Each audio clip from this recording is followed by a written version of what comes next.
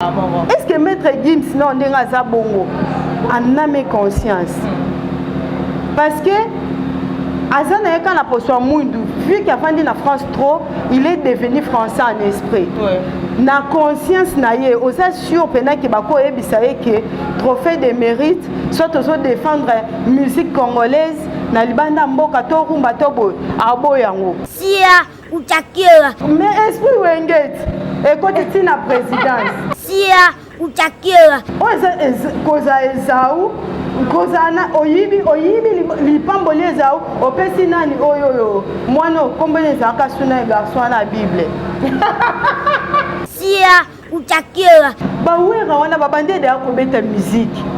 Babimisi bana babimisi bakokota bina file. Ye bina file oyebi obini. Ata so ba opesa bango te. Fere na fali ba mone bango te. Sia ou Chakira. Nga solo bango na bandeli. So ba opesa la biso fali te ba pesa fere. Oh wana kei ba lo ba ma ese sopani ba lokota te mais manière ya ko se rattraper na likambo ezali. Sia ou Chakira. Oh mona ba sentiment ba bazala nango.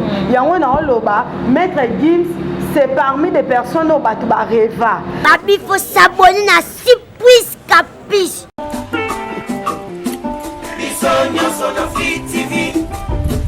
Ah bon?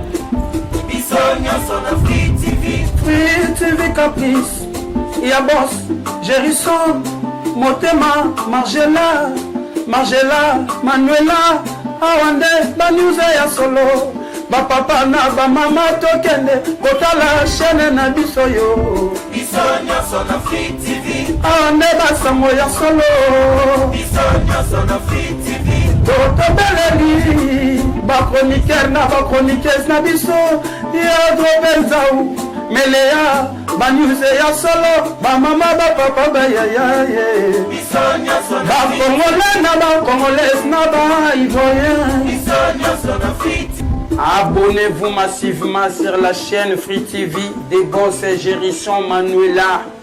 Kitoko, yoka propre, yoka image, yoka qualité. Bisoutou. Bisonya sona Free TV. Parole de monsieur Iglina Fili. Balandi ya Bosolo télévision. Bisoto lo ba clair mona maïla banga raté pour baxi mutasika na classe. Zo bande nemi na tableau moninga ne récréation. Nazana Zurich. Obligatoirement, il faut présenter les civilités dans Bakolomboka. Je vous invite désormais, au-delà de Bosolo Télévision, de suivre aussi Free TV Caprice de Jerison depuis Zurich, en Suisse. Et puis l'émission la plus suivie est allée chez nous avec M au Cube. Il faut vous s'abonner, belé, Panza li solo na voisin. Que Awa na Zurich, Free TV Caprice de Jerison. Et ça la solo surtout avec émission chez nous ma solo na biso ndeto zo lubango etalibinote taliga biso kota na kati poyeba ndengeni ni Free TV Caprice de Jerison nazo évoluer et sangonde apesi bénédiction mote mingi na bandina biso ya Grâce Nombi TV officiel. Merci beaucoup na bandeko de sur votre pesa biso vraiment confiance pour s'abonner massivement pour la mutane ba abonner sur votre batsana et tout ça la biso bien sûr de la mali pour soutenir la vidéo na biso au s'abonner ou appuyer la cloche de notification chaque fois élément la biso ba kota au recevoir à temps réel. Merci à la patronne depuis quelque part Grâce Nombi moi soit évité sur la moi soit sur la radio. Merci à nous à Liège, merci à partir du monde depuis Istanbul, depuis Turquie, merci vraiment. Le moment tout ça, Awa, pour nous camper pour ce là, notre caméraman derrière la caméra, tellement éveillé.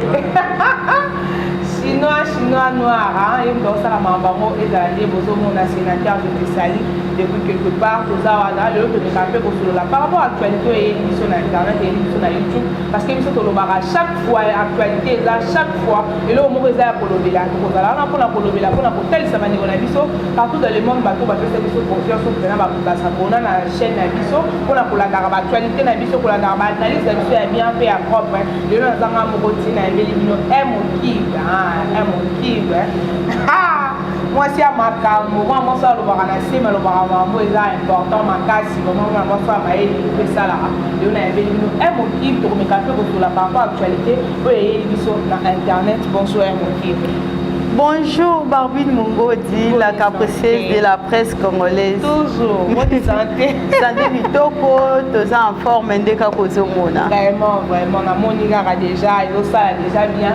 Dans un relation, autant mais en Maroc, on a vu que tant que sur la rapena, et la malade, et puis Bandeko, Bandarabiso, on a commenté en avant, et ça la rabiso bien, comme on a une belle émission, tout ça, on va commenter en abino, et ça la rabiso bien. Le comment on me campé sur la par rapport à l'actualité et l'émission na YouTube. Comment notre président de la République a jugé bon azwa ngwende apesa na mwana mboka wa bima mboka kala ke bana mboka o baza bazosela mboka ti lelo na ebite pona yo sali yo ndengeni. Ah ok.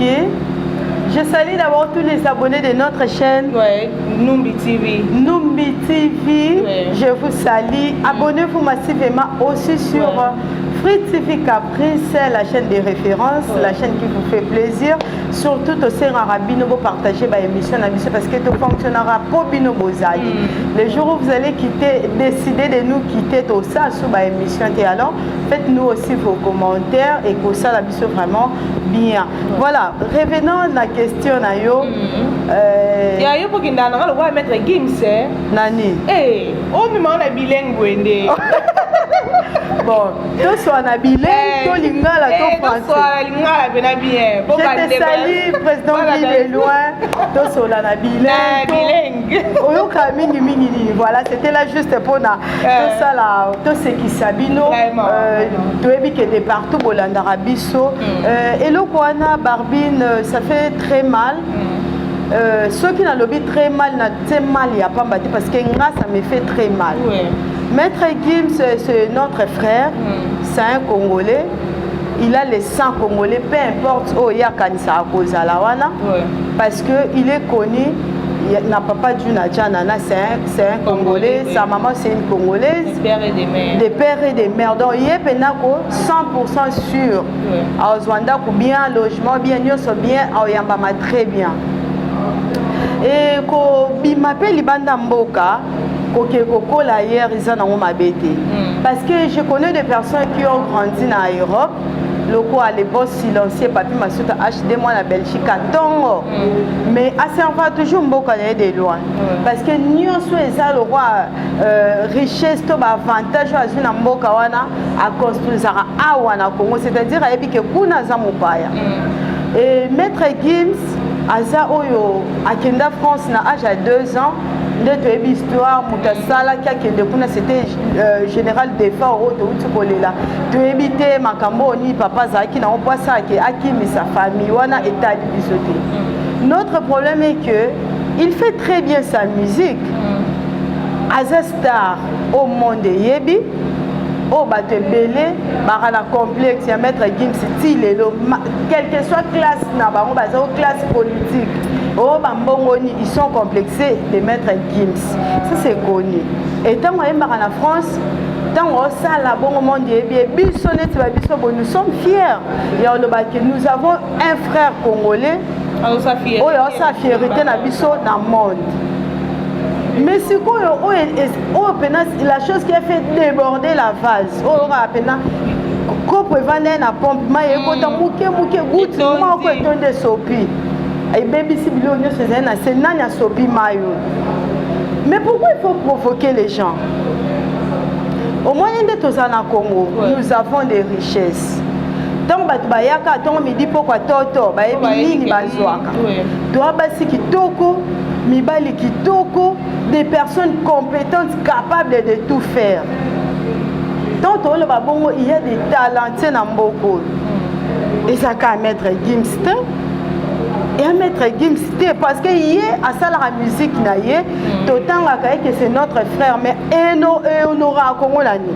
Toi, tu as déjà regardé une vidéo de Maître Gims à Sali, la stade des martyrs, vidéo et clip à Sali Kuna.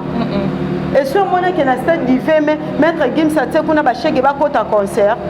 Mais Bapessi est déjà martyr. Bapessi est jaune. Bapessi est martyr. Et c'est à Betty. Et c'est à Betty. Makambo nde onga na olinga te le roi nde ba comparer qui ba Robino ba légende na ba Kofi Olomide. Vous jouez avec la musique congolaise hein? ye na moi na koloba bon aza compétence sur décider que muto fois soit trophée muto fois ça nan mais ye moko mona mokonza mboka oh et bon mokonza mboka yenda sa compétence sur nommer muto fois soit trophée à la bonne mais avant compétence te masali yango quand même mais on est en confusion te na ndenge mabete ba mutenga sa ile wana zaide mo asali yango muto solelo kwana sa te ministère de culture et art ba uto pesa 10 000 $ ba kunda général des fautes. Donc, le ministère de la Culture et là, président Bomiango. Mais pour Landa, il y a Maître Gims, il y a Moka Lobarake, à regretter à cause de la Congolais. À regretter. Mais est-ce qu'on doit regretter à cause de la Congolais pour qu'il y ait un petit, pour nommer, pour faire ce titre à bon, ou à ma casse? Non, le barat toujours, Barbine. Et ça n'a pas complexé. Les Congolais de nature, ils sont complexés. Aujourd'hui, bateau sur côté na mutu au solana ni ne peut sur les bons mots comme le n'importe quoi. Vraiment. Maître Gims, même sur le bito bête à l'isolo na est-ce que yo ko vendre na pena 2 heures du temps pour sola lingala. Ah pour rater. T'es au sola mota. Fali pour pas lobby hein. Lingala est la meilleure langue du monde. Biso to linga Congo pour l'équipe partout. To linga lingala pour l'équipe partout. Yo masinde to sala be mission na lingala boto et puis français te. Na ibisayo. Oh. Mais c'est quoi? C'est pourquoi les Congolais nous sommes complexés. Maître Gims a regretté pourquoi il est né Congolais. Lui, bien qu'il a changé de nationalité, jusque là, au moins il est là. Mais tu as nationalité. Ça a été. Donc ça prouve que les sangs réclament. Donc c'est que papa ça a été dans un endroit, c'est normal. Lui, il est congolais jusque là. Peu importe, il est épaté mondialement, mais il est congolais. Je suis sûr que papa il est fier de ses enfants. Oui. Maître Gims, il a très bien encadré ses enfants. Et facilité, il avait la facilité à retenir bananaye, batanga libanda, bakola libanda, mais cela ne veut pas dire que Maître Gims a changé de nationalité. Comme il reste congolais, aucun droit est payé. Et là, comment on peut accès à un trophée de mérite pour la musique congolaise. So balobi biso to pona netinga ba pesa fali. Oh ba pesa e bon ota ondeni yo mo ebite ke fo ba pia fali. Pona yo. Pona nganga lobi ezangai. Oh o amoni ke ye pas un musicien na poni atia. Ba vie redi bazar. Banani malgré ba uti ko malgré ba uti ko sala ba buzo ba uti ko sala me baza bato ba sala fierté mboka na biso pe na rumba congolaise. Bana o ba yibembo.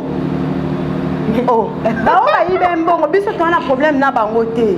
Ba sana musique na bango bien. Sa musique bien. Yango na lobby yo tangi papa redi, yango na lobby ba o ba y bongo ti. Bango to na problème na bango te. Papa redi ambia ka so botie na musique, faut bimisa maseke na mandefu apembe po akomela. Kofi Olomide ambia ka. Nani Weranson ambia ka jibe bien ambia. Ngana lobby bo na 5e génération. Parce que so to lobby to lobby la ba totia tana ba âge baza ba pena ba fali pupa sikondeni tokota ba papa redi na ba makambo wana soit balandisa ta ba papa wendo na sama bele balandisa ta ba papa na biso ba lutumba ba madilo balandisa ba ba pour ba pesi falite pona yo te ateka ba pesa falite so ba pesi falite faire gola est là parce que so faire gola ntembo nezo beta awawa ata ba jise zinda ntemba kala mais so ba ta na obina siko likolo nango banyoka le sezali oboni boyeko c'est boyoka on makasi na yoka ka bonga za hypocrite ndaza na hypocrite te nga finga mutu te menaza na ba délire na nga limité biso mutu tozana kata ndako na biso boye tokangi ndako papa mama to obina na biso to fêter à l'occasion de rien siko na yo wanga na pona na TV pour makambo na oloba grande sœur na nga na kata Lille Mimi Mazeba ayebi biso to ça va fête pour rien on danse pour rien to la occasion te et tant to bina hawana to yo ka mettre Gims so comme na ba moment mo bolembi ko bina bo tsesko ko yo ka mwana mboka da jubeta gezi mawete beto zomona wanda atolembi ko bina tobina fali pupa barumba kitoko faire gola barumba kitoko bakofi olomide atteint boni est-ce que maître Gims non ndenge aza bongo en âme et conscience parce que Azana quand la potion Moundou, vu qu'il a vendu en France trop, il est devenu français en esprit. Ouais. Na conscience naie, aux sûr pendant que bako ebisaye que trophée de mérite, soit aux défendre musique congolaise, na libanda mboka to rumba to boy, aboyango. Au moins des personnes sincères, akoboya. Et alors quoi on lui ebisanga que yondo za boy bako to face à face na mamile la, obeta 50-50 na liboma. Na oboya na le bate botinda c'est une occasion pour coaching nde bongo fali pour parler que ça Gims nde babina rumba il y a des vidéos mais si quoi fali pour parler que ça Gims ko bina rumba parce que si ba ko matene ba ko pona yé c'est ti à quoi ko ke ko luka eti vraiment eza complexe tant on le ba complexe c'est oui muto to le ba complexe oh muto alobi que yende fois joie.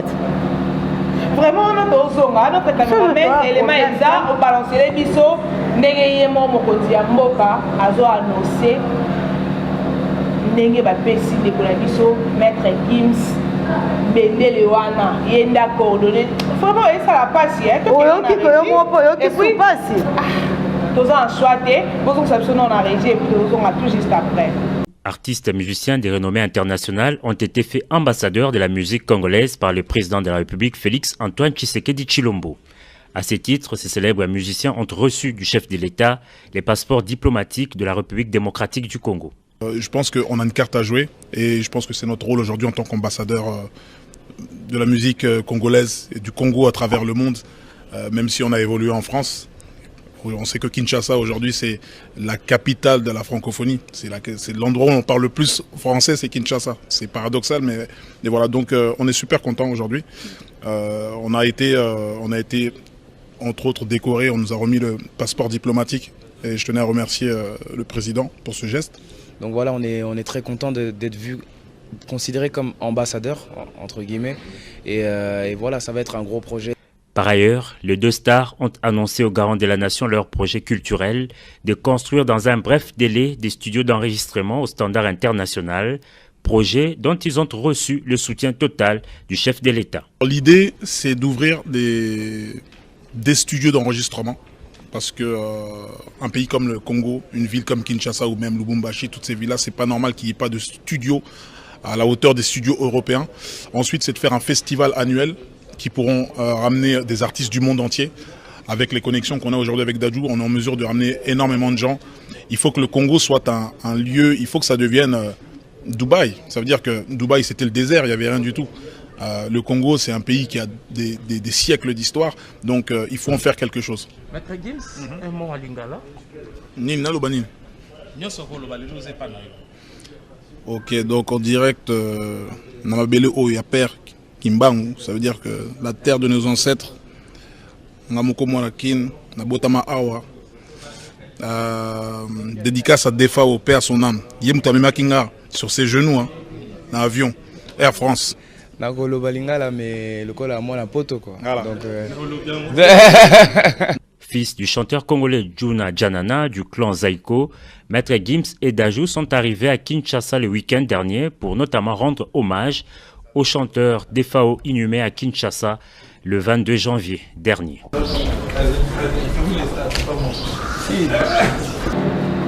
Vraiment, bino tu bolanda, Maître Gims, Anne Sengo, ne ba pesi bende lewana. Vraiment, et ça la passe pe mawa, comme on a muto abima na âge à 2 ans, à Keda Libanda ya Mboka. Oyo yemo ka regrettera pourquoi abotama congolais. Mais lelo oyo, baki ko luka Maître Gims, ba pesa bendele. Pour éviter, est-ce que bazanga ki akopesa ndenge ndeko la biso tu ko loba ya mokip. Tout ça va faire, tout ça va fallir, tout ça va musicien belé, on a tout qui 5e génération. Tout ça va coconi coco ça qui va popper sa bendele wana, mais ba ki ko na Maître Gims peut éviter. Par là, comme on a vidéo wana un mokip, nga malgré nazo loba mais et ça biso ka pasi. Ya comme on a muto azo alinga kana nous en fait, azo on a relation à bien tena ba ninga na ba musicien ya Congo. Mais bazui mutabongo ba pesi bendele peut éviter. Est-ce que ba ko yokana to ene ko bakisama susu to ndenge ni to éviter. Bon, et on a des parents inconscients. Oh bah et baraté que ntango aopesa ngai mwana ye $100 apesi leki na nga 80 apesi mosusu 50 ayebi te ke aocrée de ya guerre d'esprit na kati na biso apesa ngo ba cachette te ebe eloko bakopesa ngo en cachette yango na oloba bato fo totika sentiment barbino mo ndenge oza boye wana bato orevaka ke so nazali na mbongo nde fali pupa yembi nga so nazali na mbongo nde jibe mpia nabwaka ngai mokolo kako kozwa ngo eloko ya liboso namona egagi moko bato baosolola bateka lopango bateki bakalkule so toteki mwana nyonso ozwa 20 000 asa vie moko projet oya nango nini nga so nazwi 20 000 na nga nakende mpe héritier napesi ye ka 15 000 ayembi nga 5 000 na nga wana nasaleli affaire donc arevaki héritier ayemba ye asali yango na nini na mbongo so bateki lopango papa na biso arevaka nakuna na ate na olobela baparent nyonso balukaka kocrée barankine parce que eza kocrée rankine maître Gims tano interview osala nano tano interview fali mpo bazwi boro ototombe tolali loko tampata lingala na lingala du début à la fin fali akebeta na Cameroun drapeau ematin ya banani yo somona maître Gims na français na France kuna sali ata na France te partout abetaka mema drapeau mokoni anona to ya lingala 2%.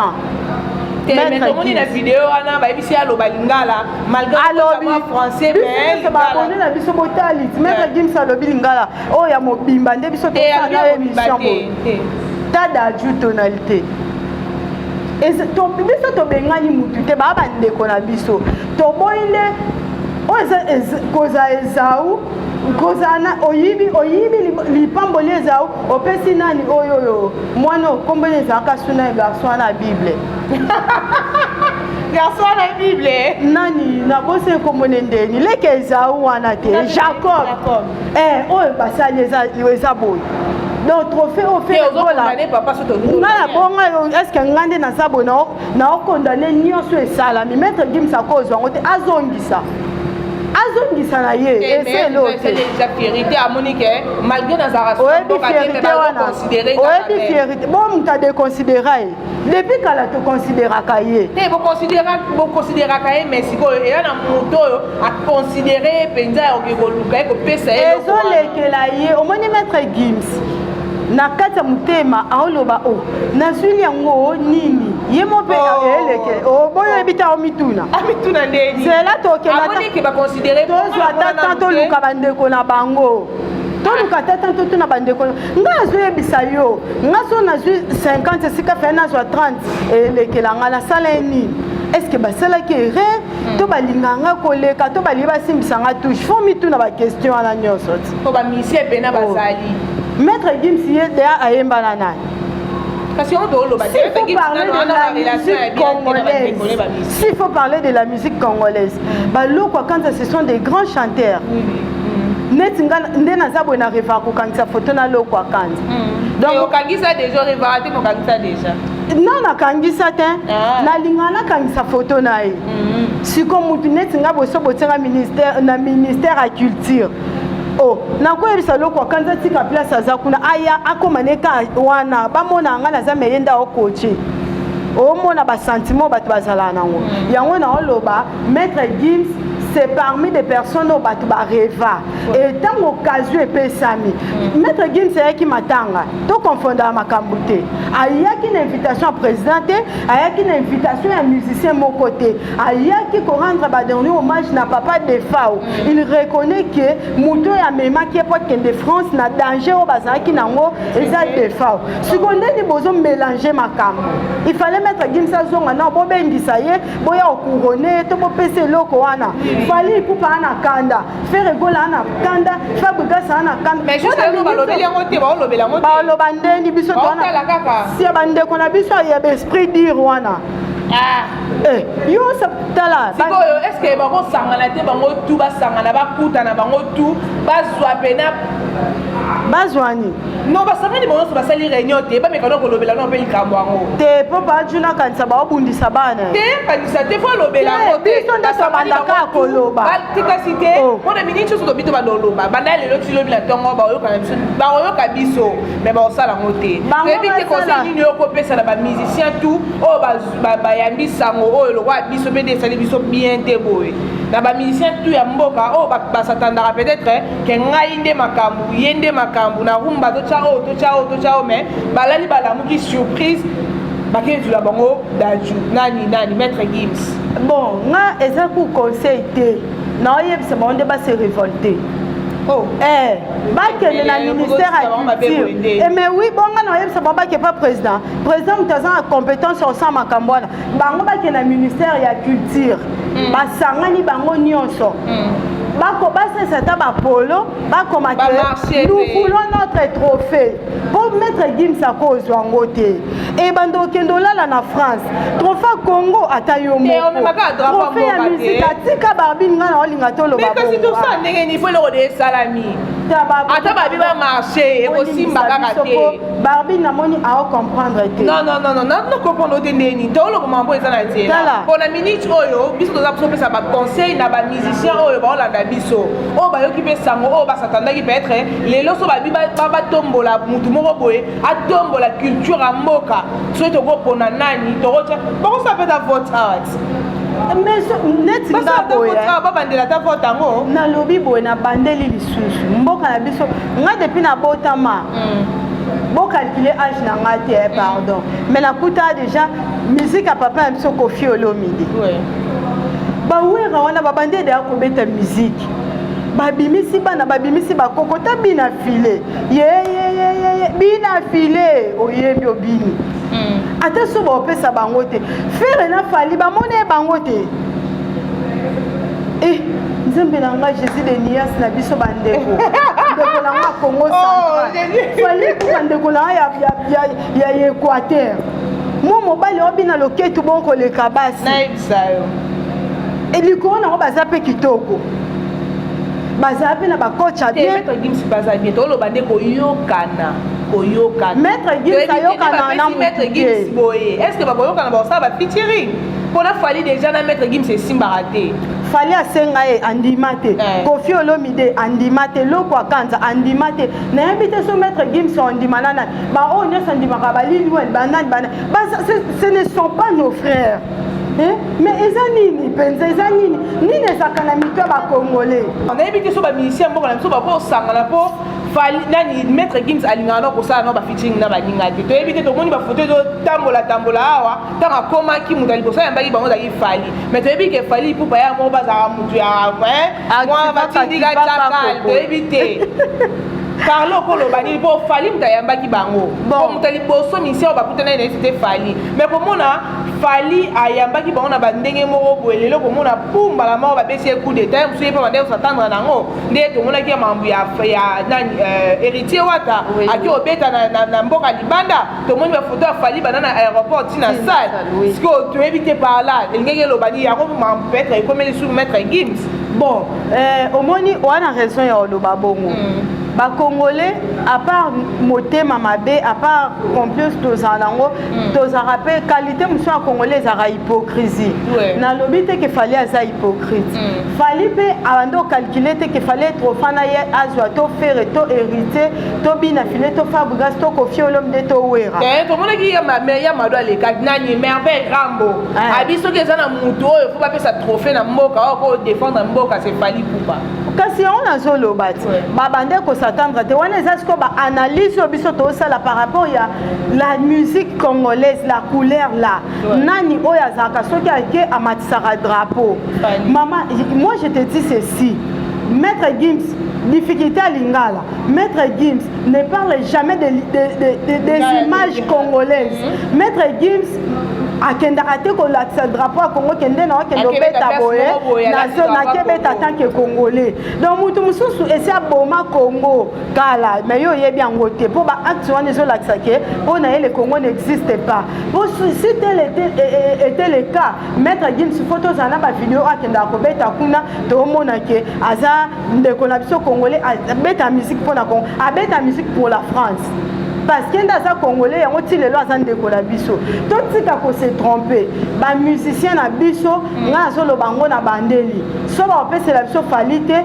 ba pesa feri o wane ke ba lo ba ma ese sopani ba lokotaka te mais manière ya ko se rattraper na likambo ezali ba musicien na biso vous êtes des intellectuels Félix Oze ko so bandi masese awa nga no to appuyez biso devoir dès ma c'est tolali ata 4 jours to répondre à té si qu'on montre faut que vous êtes capable car ma papa farma poche au samba na gouvernement longa po oyema ki avec raison bande ko na biso bo finga ate bolobaka igwe okende tika le makasi c'est kuna pa ba miyibi ba o ba bakanga so disant ba kuluna montrez-vous de quoi vous êtes capable Gims ale ki na bino mwana bino koko na bino ya na bino boza na droit so ke loko simbité o le pena papa e oyo est injustice na tindi mutu pas président te oye ana compétence wana te boke na ministère à culture et art bisika boke ndozo $10,000 akunda defa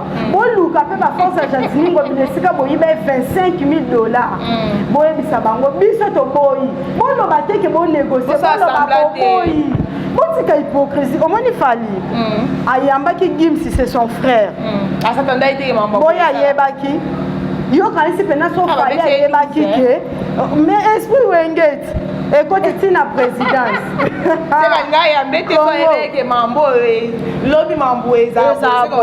soit alinga yambe me na balimite bafoto nyonso esirkule o nakoki koexpose moloketu nalakisi nde babina arumba il regrette nga na regrette na place afali fala tika maître Gims bongo akotana na nyonso akoki kozwa trophée wana te je dis et j'insiste akoki kozwa ngo te bazongisa ekoki ekovanda na France sauf fali mutazwi ezala pas fali et a toujours na Congo so wera to bando mukomso pe botoke visite que Léo to ça l'interview total la trophée na biso sike vanda siko bino bo pesa mutoke na ngombo kalibanda mina lumumba to senga ti lelo ya kate bo bakisi su o ya mikolo ekende na ibisayo vraiment merci beaucoup na bande qui vraiment moi ça le baka bien le baka malade bébé alors le baka envoyer quota n'évitez moi le baka bande ko ba olanda yo un grand merci na bino nyonso bo continuer toujours ko s'abonner Numbi TV bo continuer toujours ko s'abonner aussi na Free TV Caprice émission chez nous il y a un occupé toujours là pour na bazin besoin de contacter moi plus 243 89 65 61 692 bino bo soutenir biso bo continuer toujours pour soutenir biso la grande dame de Bruxelles Mimi Moufuankolo Mimi de Miki la maman de Gracia Hipopo Christian Hipopo le véritable coach Nakata Bruxelles Bermi Hipopo mon vieux Pipa Hipopo je te salue aussi Médard le vrai français noir passeport rouge ma vrai français noir en gros binoyo to lobela pour ça en mettre Gims sa salité kuna lobela à Congo parce que tu es congolais à te changer nationalité à aux vrai français noir mais aux armes à la couleur on a pénal nango alors tobo ça n'a raté mingi et non le long na lobi na kamba mabete so yo na ebi o c'est la keo so ki to loba ki mabe te na lobi na mabete na lobi ka ke eloko papa eze bana te eloko Congo et ya France te donc eloko eze fallu to faire ya biso c'est notre patrie tala to bunda na ba Rwandais vraiment to bundi makasi pona mo Congo siko musique na biso to lingi te yango boya ko pesa biso do Davido aleki fali nani o moi nani oyo aleki faire nani abotika biso kuna faire aleki fallait aleki héritier aleki biso nyonso nde toza boye bamusicien na biso baleki bamusicien na nyonso botengela biso kombo trophée wana non Gims azongi France te boluka de tous les moyens tozwa yango eza na ndako ya musicien moko biso toyeba ndeka papa manda chante yaki ozongisa mbongo tomoni mais Gims azongisa trophée tomona toyeba pe sikeke. Voilà, merci beaucoup. Vous continuez pour s'abonner à Grâce Numbi TV. Vous s'abonner vraiment à Numbi TV. Ah, la patronne, c'est Grâce Numbi de Makambo. Pour s'abonner massivement à Wabozala, jamais dessus parce que biso, tu vas donner les vidéos d'actualité à bien, tu vas donner les vidéos d'histoire à bien, tu vas donner les vidéos à bien. Oui, vous savez, ça vidéo vraiment merci beaucoup à ma découverte. Vous avez passé encore la biso, nous à la liège, je te salue. Merci à partir du moment où on a depuis Istanbul, depuis Turquie et vous avez déjà. Merci à notre caméraman derrière la caméra chinois noir. Merci beaucoup à sénateur, à Mobala Moukoussé, vous avez fait un beau mot l'absolu de zone Bimaboé, sénateur Bazan la 4. Merci beaucoup à ma découverte. Pour la biso, pour continuer à vous s'abonner vraiment massivement. Dès vous avez ça vraiment et ça la biso bien. Si vous avez besoin de mon année, à la même numéro. Bye. Papi, faut s'abonner à 6 puces capiche.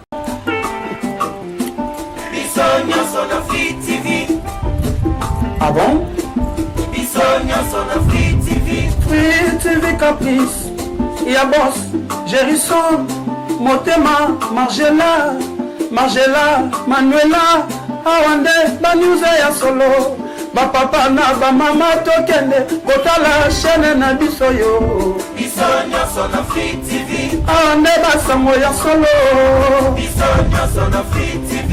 Toto beleli, chroniqueur na chroniqueuse na biso, ya drobelzau, Melea. Banyuze ya solo, mama papa ya. Bisogna sono Congolais na Congolais na ivoirien. Bisogna sono Free TV. Abonnez-vous massivement sur la chaîne Free TV des boss et Gérisson Manuela Kitoko. Yoka propre, yoka image, yoka qualité. Bisoutou. Bisogna sono Free TV. Parole de monsieur Igbina Fili. Balandi ya Bosolo télévision. Biso tolobaka clair mwana mayela bangaka te po bakisi moto asika na classe zoba nde nemi na ye tableau moninga ne récréation naza na Zurich obligatoirement il faut présenter les civilités na bakolo mboka. Je vous invite désormais au-delà de Bosolo télévision de suivre aussi Free TV Caprice de Jerison depuis Zurich na Suisse. Et puis l'émission la plus suivie est allée chez nous avec M au cube. Il faut bolanda yango, bo s'abonner belé, bao baeba kite panzali solo na voisin. Baeba ke awa na Zurich Free TV Caprice de Jerison et zo la solo surtout avec émission chez nous, ma solo na biso nde tozolo bango et talibinote taliga biso. Kota na kati poyeba ndengeni ni Free TV Caprice de Jerison azo évoluer et sangonde apesi bénédiction.